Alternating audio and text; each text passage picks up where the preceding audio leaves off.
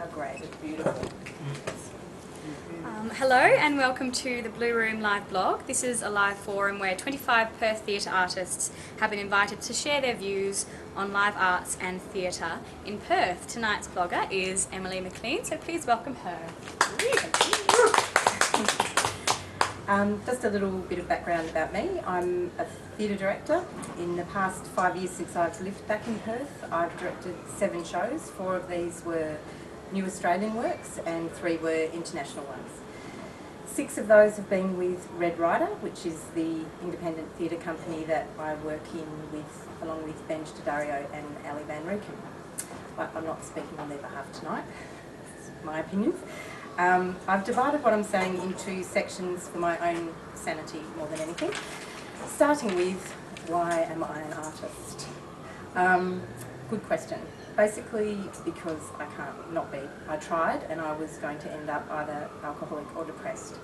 I felt claustrophobic and trapped in the mainstream workforce. So like George blogged the other day, I moved to the margins and the periphery. And I prefer it there. That doesn't mean that I don't want to get paid.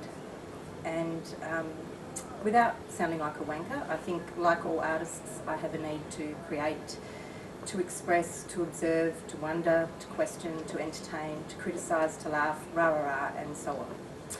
So then, why am I an artist in Perth?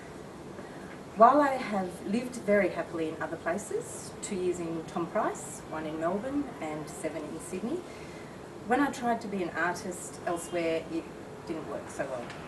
Partly this is due to practicalities, the home ground advantage of where to source spaces and stuff, but it's so much more than that.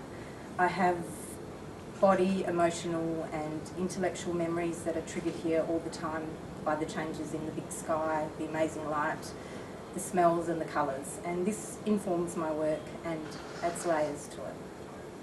But like Jenny Davis blogged the other night, it's hard to put your finger on the artistic process and the impetus and what feeds into this. And obviously this need to be home is personal. I loved hearing Thomas talking about working all over Australia and overseas, and one day I'd love to do that. But I think for now I need the space that you get here. I genuinely felt claustrophobic in the east with all those people living above me and below me. There is also something about the attitude here brought about by our isolation that I love and need. I hate it when it morphs into redneck, love it or leave, or fuck off, we're full stuff. But I love and feed off its energy of independence, individualism, honesty and truth. It's too hot here to be covering over things. It's summed up for me by an article I read while I was living in Sydney that really made me want to move home. It was during the Big Day Out tour, quite a few years ago now, and Marilyn Manson was playing and was apparently pretty dismal. Anyway, after touring the other states, he finally got to Perth, where the audience refused to tolerate this substandard performance. They got noisy, and finally someone threw a shoe that got him in the head. He started bleeding and had to leave the stage. Now, I'm not saying that we should start throwing shoes when we dislike a show, but to me it illustrates that just because you're isolated doesn't mean you have no idea.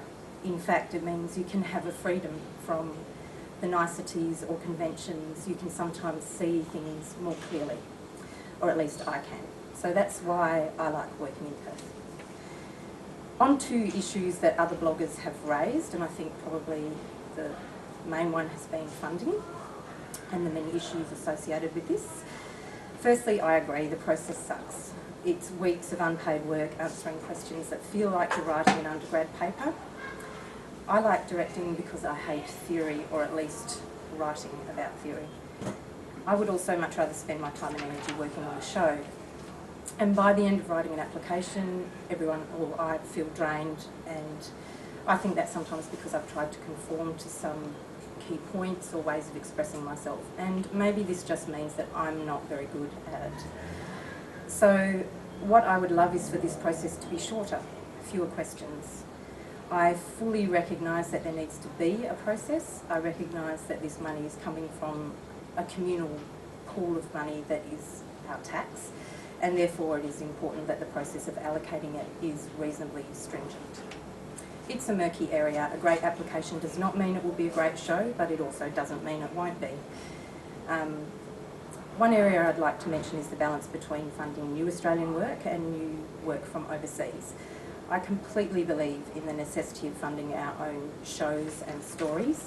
It's imperative to an understanding of ourselves and each other. It preserves our self-worth, our humour, our fun and our very selves. And you cannot compromise this.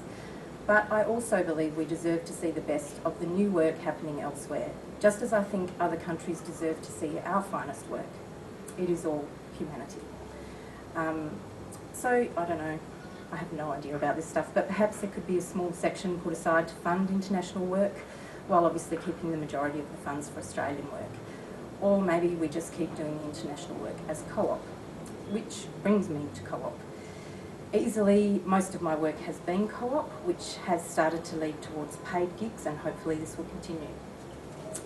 A few years ago, many of my theatre friends got to the point where they decided they could no longer do co-op shows, and I don't blame them.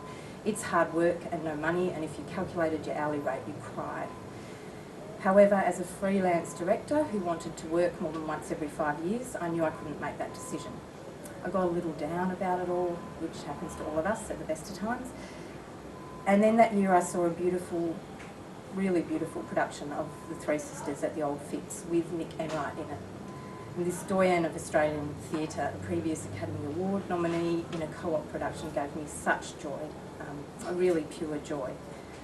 Co-op is generally where we all start, but to see him go back to co-op in the middle of a highly successful career reminded me of why we do co-op in the first place.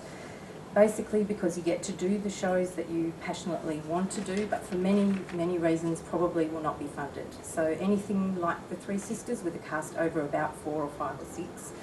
We did Mozart Faction, 9 actors, Dealer's Choice, 6 actors, A Moment on the Lips, 7 actors.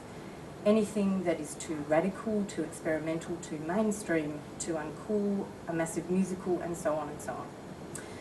Also, in co-op, you get to work with no obligation to any funding body or lobby group or business. You have a freedom, and the only people you answer to are yourselves, your fellow artists, and your audience.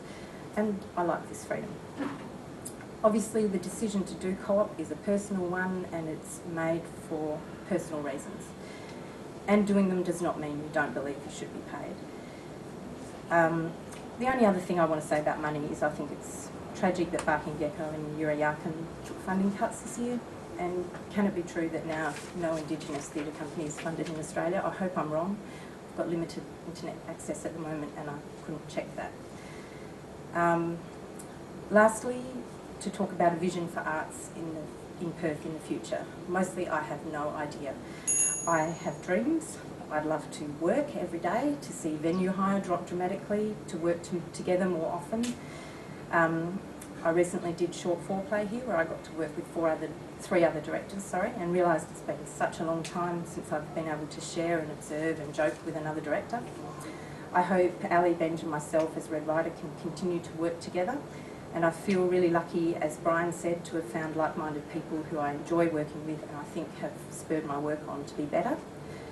It feels like our major theatre companies are all in a state of change. I hope they survive and flourish and continue to open their doors to working with independent companies and directors. I hope we all produce shows that make people want to come. I hope one day to create a show that goes on a perfect intellectual and emotional arc. I want to direct a show that does not contain one single boring moment. I want to continue to tell stories. I hope we shock our audiences, stimulate them, inform, move and amuse them. I hope we make them walk out of the theatre united in the knowledge they shared something special with us. I hope we build bridges between people and their worlds, and I hope we make people laugh and cry and think as well as feel, and I hope we entertain. Thank you.